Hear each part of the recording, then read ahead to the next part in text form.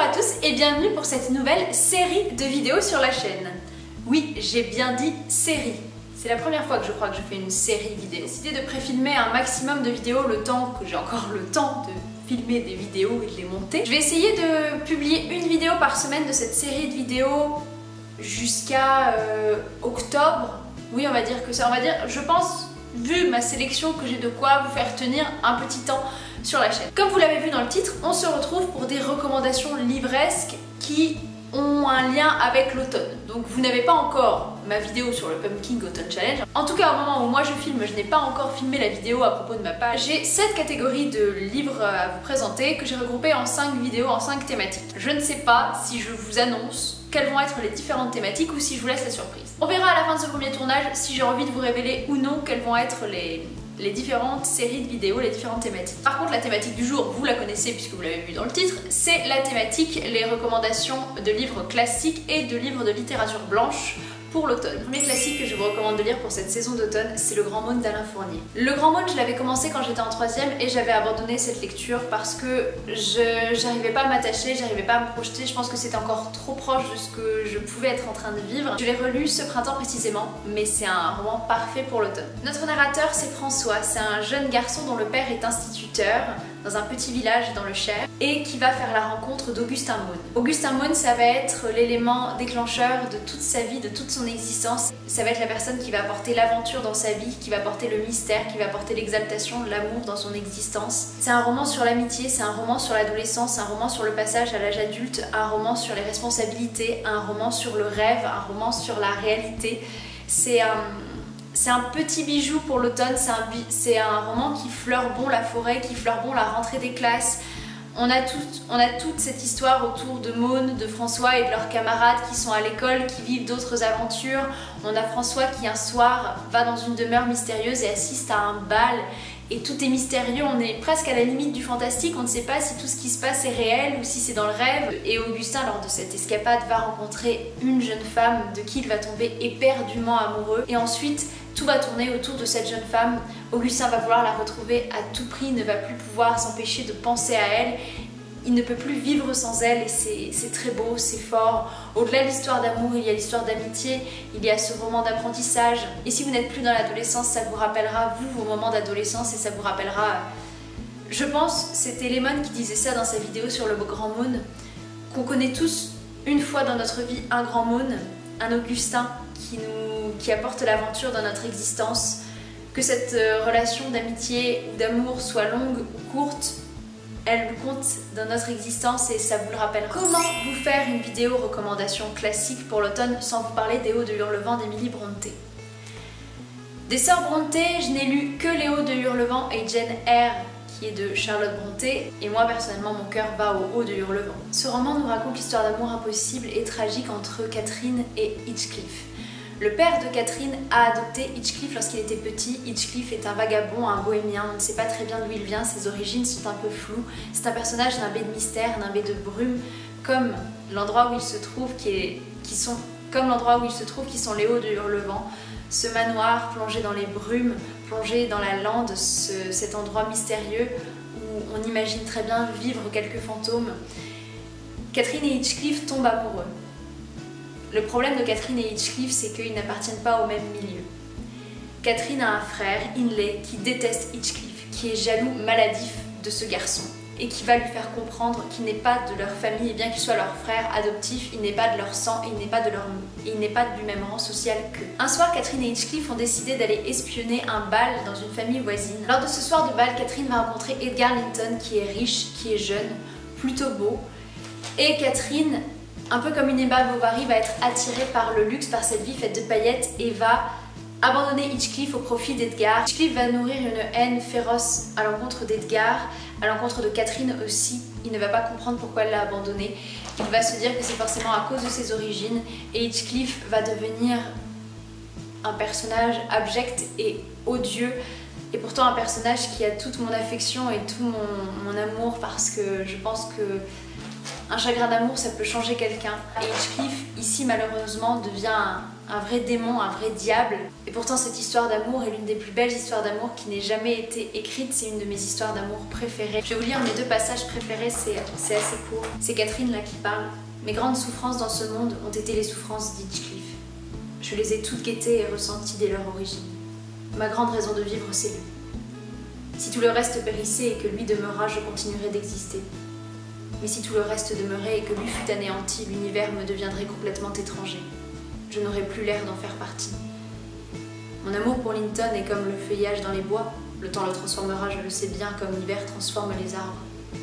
Mon amour pour Hitchcliff ressemble aux rochers immuables qui sont en dessous. Source de peu de joie apparente mais nécessaire. Nelly, je suis Hitchcliff. Il est toujours dans mon esprit, non comme un plaisir, pas plus que je ne suis toujours un plaisir pour moi-même, mais comme mon propre être. Ainsi ne parlez plus de notre séparation. Elle est impossible. Deuxième passage, on est quelques années plus tard et là c'est Hitchcliff qui parle. Je n'ai troublé personne, Nelly. Et je me suis procuré à moi-même quelques soulagements. Je vais à présent me sentir bien mieux. Et vous aurez plus de chances de me maintenir sous terre quand j'y serai. L'avoir troublée? Non, c'est elle qui m'a troublée. Nuit et jour, pendant 18 ans, sans cesse, sans remords. Jusqu'à la nuit dernière. Et la nuit dernière, j'ai été tranquille. J'ai rêvé que je dormais de mon dernier sommeil à côté d'elle, mon cœur immobile contre le sien, et ma joue glacée contre la sienne.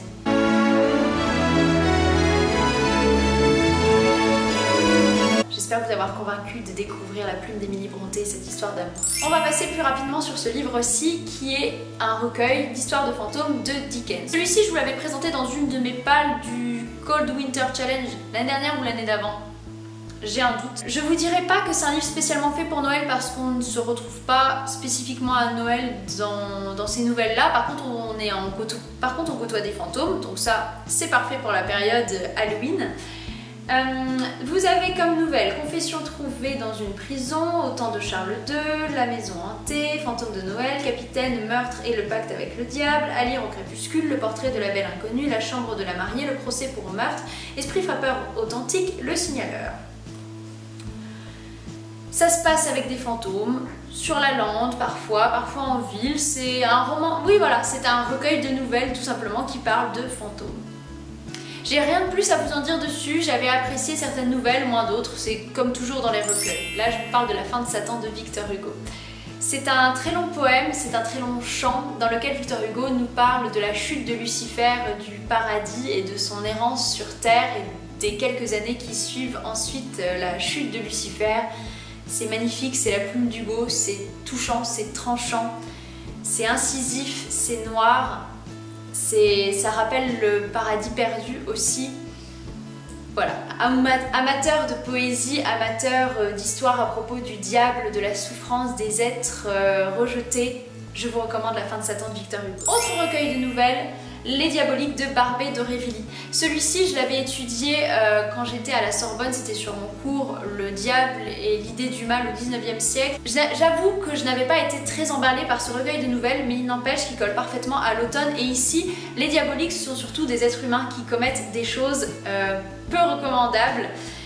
Et je me souviens notamment d'une scène au début d'une nouvelle où on voit un couple dans un zoo et on se dit que ce couple-là, c'est une bonne association de malfaiteurs qui cache bien des secrets et bien de la noirceur si on veut. Amateurs de nouvelles sombres du 19e siècle, Les Diaboliques de Barbey d'Aurevilly sont faits pour. Parlant d'autres recueils sombres de nouvelles du 19e siècle, on a Les Chants de Maldoror et autres textes de Lautréamont. Celui-ci, je l'avais lu l'année dernière, me semble-t-il. Je vous glisse quelque part la vidéo dans laquelle je vous livrerai mon avis, ça ira plus vite. Pour moi, c'est un texte très très noir, assez glauque parfois, il y a des images un peu insoutenable, il n'empêche que c'est écrit dans une langue très bien travaillée, très bien ciselée. Mais il faut avoir le cœur accroché et pas être trop sensible non plus pour s'attaquer au Chant de Maldoror. Maintenant, je passe à certainement mon roman de cette sélection préférée. C'est Le Moine de Lewis, réécrit ici par Antonin Artaud. Ce roman, je vous en avais parlé une fois quand je vous avais fait des recommandations pareilles il y a très très longtemps sur la chaîne. Dans ce roman, on suit le moine Ambrogioso qui, un peu comme Frollo dans Notre-Dame de Paris, va se retrouver atteint d'une passion amoureuse folle, incontrôlable et destructrice pour une jeune femme qui s'appelle Antonia. Et le diable va venir pimenter tout ça. C'est un roman sombre, un roman qui fait appel au vice humain, à la luxure, à la débauche, et en même temps tout ça sous le joug de la religion, sous le joug de ce moine qui est pourtant très pieux, qui est reconnu comme un moine pieux, un moine qui fait des sermons extraordinaires, formidables, tout le monde l'écoute, tout le monde est subjugué et fasciné par ce moine, et lui va avoir cette fascination pour cette jeune fille de 15 ans, pure, si belle, si blonde, si... c'est trop pour lui, c'est trop, il va commettre le pire et l'irréparable et il va se noyer dans les affres de la souffrance humaine et de la monstruosité. Je sais qu'il y a une adaptation de ce film avec Vincent Cassel également dans le rôle d'Ambrogioso que je n'ai toujours pas vu et que je pense regarder cette année. Enfin, dernière recommandation classique de cette vidéo, c'est le recueil La Morte amoureuse, Avatar et autres récits fantastiques de Théophile Gautier. Vous n'êtes pas sans connaître mon amour, mon idolâtrie pour Théophile Gautier et sa nouvelle La Morte amoureuse qui nous parle à nouveau d'un jeune moine, un Romuald, qui tombe amoureux d'une vampire qui s'appelle Clarimonde. C'est parfait pour cette saison. Je me souviens que quand je l'avais lu pour la première fois en 5e, c'était durant mes vacances de la Toussaint, donc ça collait parfaitement. Et dans ce recueil, on a d'autres récits fantastiques à la sauce Gautier, qui est une sauce que j'aime, une sauce romanesque, une sauce... Autant je trouve que Lautréamont et que Barbey d'Aurevilly, leurs nouvelles sont un peu plombantes et un peu dans ce style du 19e que j'aime pas, où on a énormément de descriptions, où on n'arrive pas à s'attacher au personnage, où on n'arrive pas à se projeter. Autant Théophile Gautier, moi ça marche à tous les coups, j'aime tout ce qu'il écrit. Dans ce recueil, quelles sont moi mes nouvelles favorites? On a Omphale, Histoire rococo. On suit un jeune garçon qui un soir séjourne dans une chambre. Dans cette chambre se trouve en face du lit une tapisserie où est représentée Omphale, un personnage mythologique, une femme magnifique, et le jeune garçon va être troublé par cette tapisserie. Je ne vous en dis pas plus. On a bien sûr La Morte amoureuse, on a le Chevalier double qui nous parle d'un garçon et de son jumeau diabolique. On a Le Pied de la momie, pareil, qui est une très belle histoire. 2 acteurs pour un rôle, celui-là est pas mal aussi. Aria Marcella, Souvenir de Pompéi. Ça nous parle d'un jeune garçon en visite scolaire à Pompéi, au 19e siècle du coup, et qui va voir dans un marbre de Pompéi, c'est pas un marbre mais c'est un reste de cendre figé, le bout d'un sein d'une femme, et il va fantasmer dessus, et bien sûr, comme toujours chez Gautier, cette femme est de toute beauté, cette femme est le fantasme absolu, et cette femme bien sûr n'existe pas. Et enfin on a Avatar et le dernier Yetatura. Celui-ci, cette nouvelle-ci, c'est pareil, c'est une de mes nouvelles favorites où on parle d'un jeune garçon qui a les yeux gris et qui aurait le mauvais œil. C'est tout pour tout ce qui est recommandations classiques. Maintenant, je vous passe aux 3 recommandations de littérature blanche. Le premier que je vous recommande pour cette saison qui est parfait, c'est Contes de la plaine et des bois de Jean-Claude Marguerite. Pour ce livre-ci, je ne vous en dis pas plus et je vous glisse quelque part la référence d'un de mes bilans lecture où je vous parlais précisément de mon avis sur ce livre. Petit coup de gueule en passant.